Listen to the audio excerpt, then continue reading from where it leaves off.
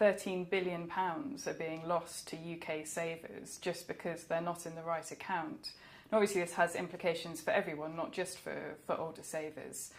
But it will have a particular effect on people who perhaps aren't as easily able to have a quick look on the internet and find the best account or switch as easily as other consumers. Older people may be operating on very fixed incomes and tight margins. Of course, at the moment that's true for many of us.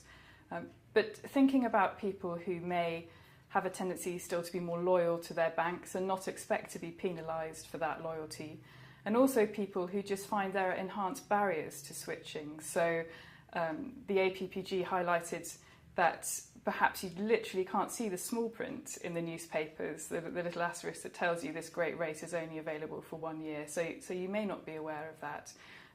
You are less likely to have access to the internet, which does make it easier to switch. And simply getting to your branch, especially as there are fewer branches around, may be more difficult for you. In terms of what consumers can do, I think the first thing is really ask yourself, are you going to switch? So when you see those nice attractive bonus rates, are you really going to check in 6 months or a year time and change your accounts? Because there are other options. You can look for an account that pays a more regular amount of interest, and where you won't need to switch as often. So do look out for those if you think actually I may not follow up on my good intentions of switching. And then if you are going to switch, make sure you do that. Even if ideally you want to check across all of the banks and building societies, but if you can't do that, at least check in regularly with your own and ask if you're on the best rate available for you.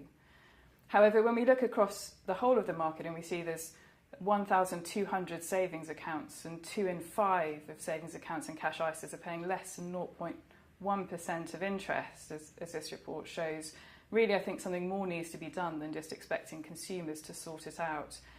We've heard the announcements today about energy tariffs, which question why a lot of these savings accounts exist in the first place.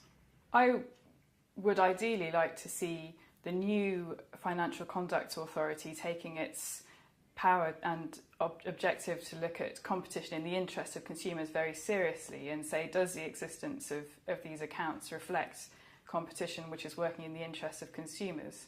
I don't think it does, and so I'd be very interested in the new regulator taking some action on that. I think it does need to be more than just let's disclose more information to the consumer again. We're all bombarded with information. We want the market to be actually simple to navigate.